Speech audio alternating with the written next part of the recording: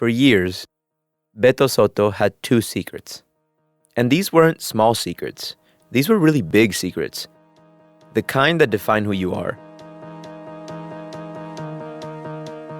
Beto is openly gay now, but he didn't come out until a few years ago. It all just came out like vomit, and I'm like, oh my God, this is not how I pictured my coming out. I wanted a party. I wanted a cute rainbow flags, and you know what I mean? But it wasn't that way, and it had to happen in order to keep me safe. I think if I wouldn't have done that, I would have probably fallen into a dark place and not followed my goals and ambitions. Following goals and ambitions, though, was doubly hard for Beto because of his other secret. He's undocumented. Beto's been living without citizenship papers in the U.S. since his family brought him here when he was 6. We just crossed and we ended up here. And honestly, most of us, we have shared that we didn't understand what that meant. We didn't understand what it meant to come to the U.S. and what was that going to look like for us in the future. It's also crucial that people know that. We didn't know. We didn't decide to come here.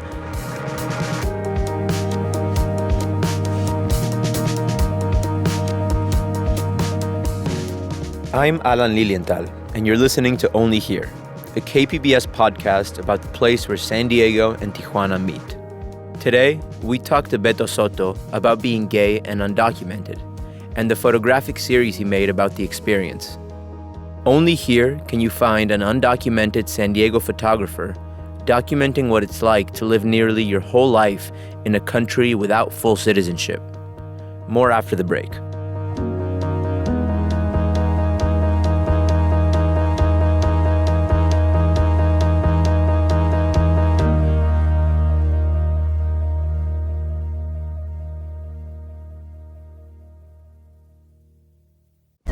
Now on The Finest. In San Diego and beyond, Our Lady of Guadalupe has morphed in meaning and form over the past 500 years.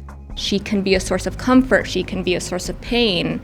Her power comes because she has all of these different facets to her. Listen now wherever you get your podcasts.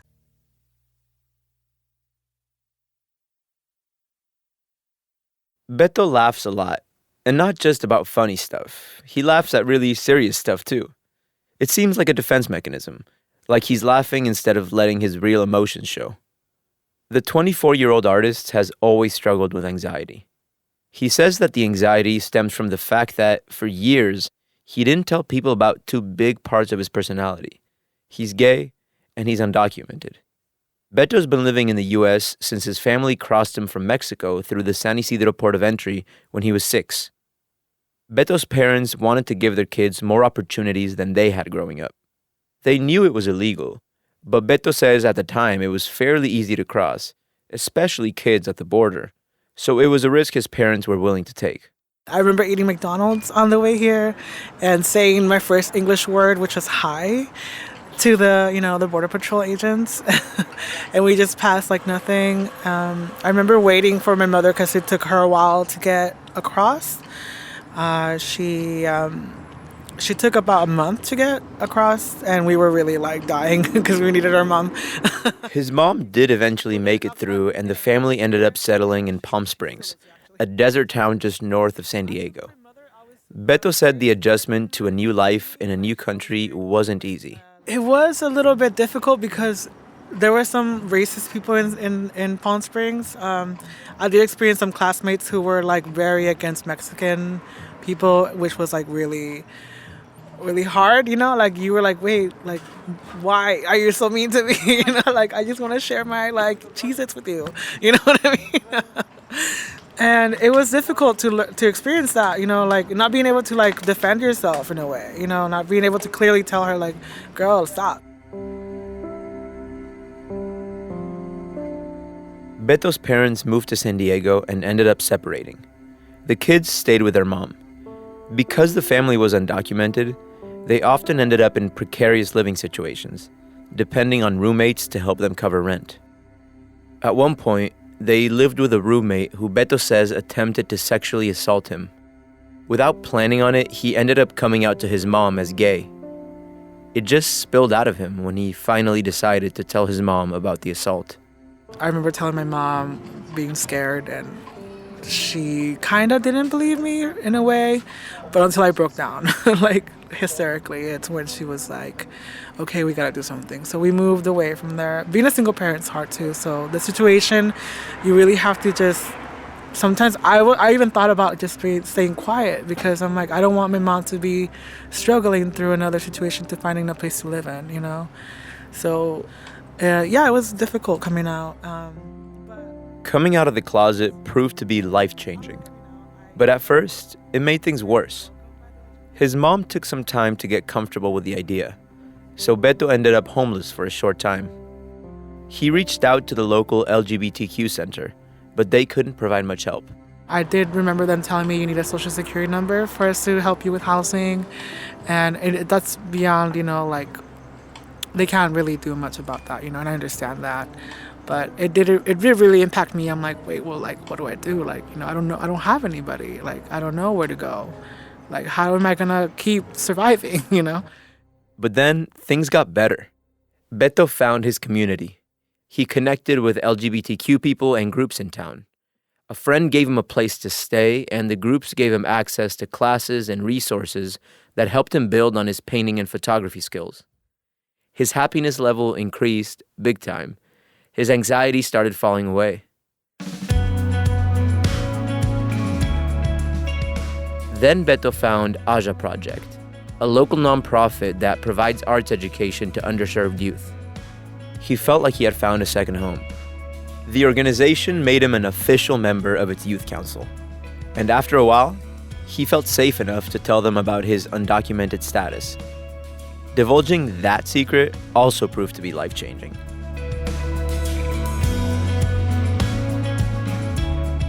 Time for a break. When we come back, how coming out as undocumented both gave Beto a better chance at a future here and also made him face the reality of deportation. I had no words. I was like, I had a day to myself where I just sat in bed and thought about possibilities and outcomes and, you know, nightmares that can happen as well, you know, because they have our information. We've gone through several background checks. More soon.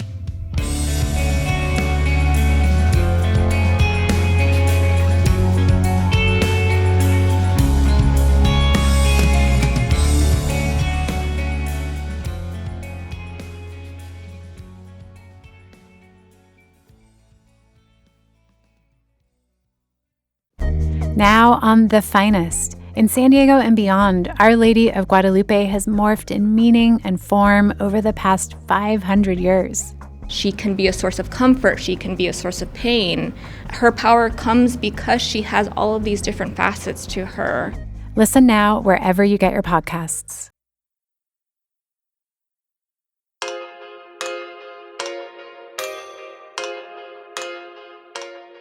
In 2012, former President Barack Obama announced the Deferred Action for Childhood Arrivals program. DACA shields people like Beto, those brought to the United States illegally as children, from deportation. The program also makes them eligible for a work permit in the U.S. Aja Project, the nonprofit Beto linked up with, walked him through the process of signing up for DACA. His mentors made sure he filled out every form and made it to every appointment.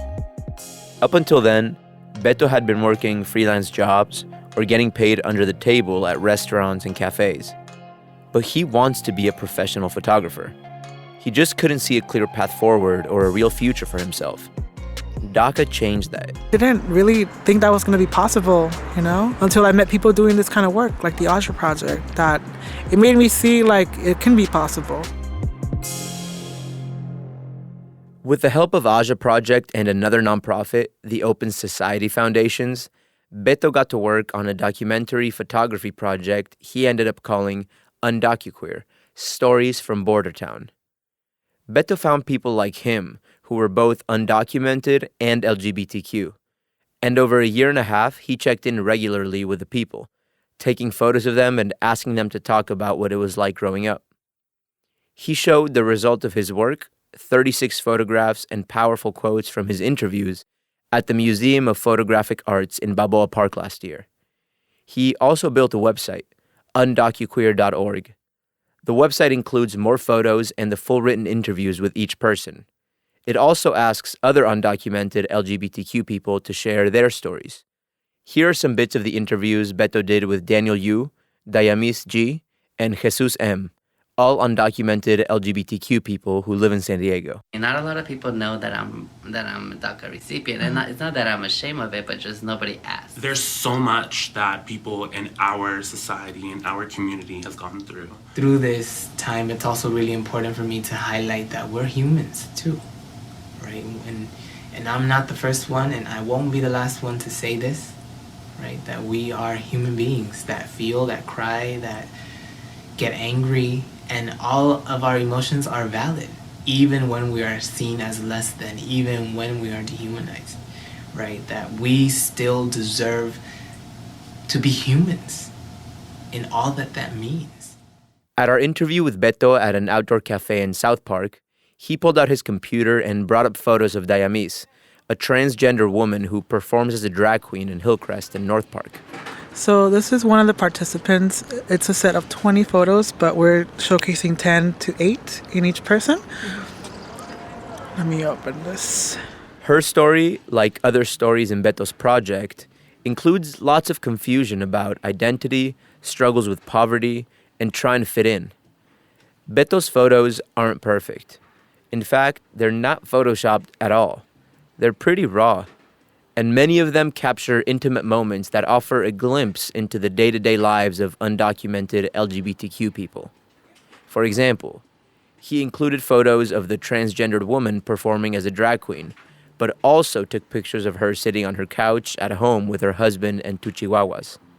Beto says he just wanted to show their humanity, tell their stories, try to make people understand why this group of people want to stay in the U.S., to continue living the lives they've worked so hard to build here. I'm trying to convey mainly like to humanize her stories, to showcase that we're regular human beings, that we're doing regular things, going to work, going to school, persevering a career, just trying to get by sometimes too. Some participants have shared that they had to stop going to school because of, having to work full time to be able to afford living in San Diego as well. So it's just to convey that we're human, we're here and we were raised here just like your children, like our friends who are your children, In 2017, the Trump administration announced plans to phase out DACA.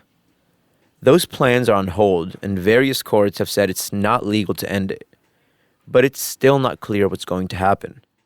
When that first DACA announcement was made, a few of the undocumented people Beto was following for his project dropped out.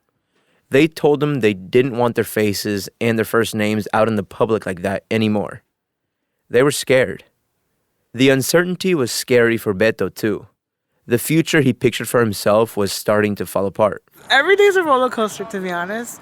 Every day I check into the groups that are created for undocumented people who are just sharing DACA news and experiences.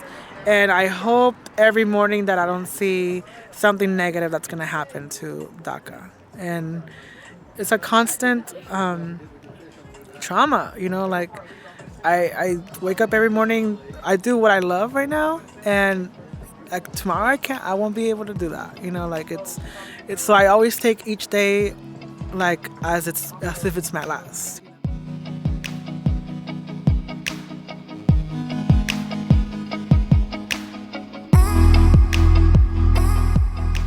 But being out as undocumented and gay has opened up worlds for Beto. It connected him to his community. It inspired him to create an art project that helps other people like him tell their story too. Through his art project, he's also become an advocate for the rights of undocumented people. To anyone who will listen, he'll tell them why they should care about undocumented people too. Put yourself in my shoes. Imagine if you had no documentation. What would you do? How would you get along? How would you go by? Would you also want to be kicked out of the country you were raised in? It wasn't our choice. It wasn't my choice. It wasn't any of our choices to come here. Who at 6 years old says, I'm going to go to America tonight? That doesn't happen, And this is why these kind of projects are important, you know, to tell these stories, to be able to, for people to understand that, you know, we were kids when we were brought here, you know. We were working hard to make this country better as well.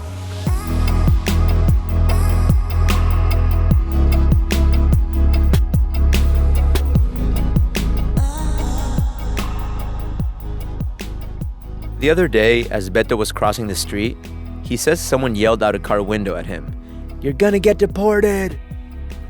It's hard. Every day is hard, he says. Beto can't bring himself to plan for what he'd do if he did actually get deported, sent back to a country he doesn't remember. Instead, he's trying to focus on getting into college. Beto's out from the shadows of his two big secrets, and things are okay at the moment. But with DACA still a big, hazy question mark, he's feeling like he's back in the dark again.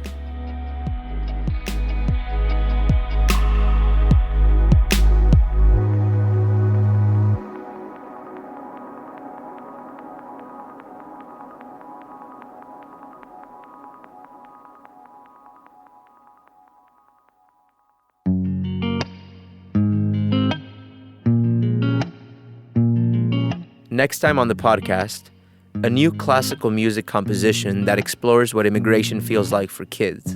But the fact is migration is generations old. It's people have been going from place to place. America was founded on that. And what I see this as a human piece.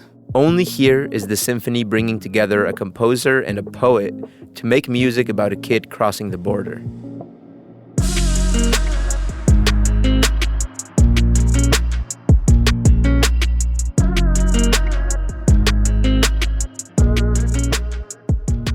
Only Here is a KPBS podcast hosted by me, Alan Lilienthal. It was written and produced by Kinsey Moreland. Emily Jankowski is the technical producer. Lisa Morissette is operations manager, and John Decker is the director of programming. Sarah Anderson is our student assistant. KPBS podcasts are made possible by listeners like you. Go to kpbs.org to make a donation or become a member today. Thank you.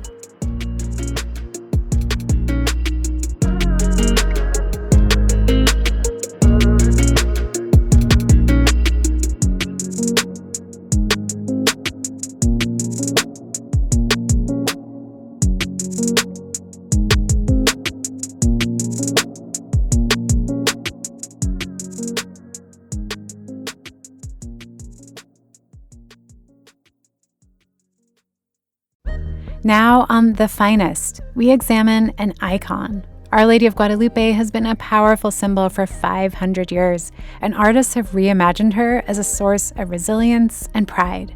Listen now wherever you get your podcasts.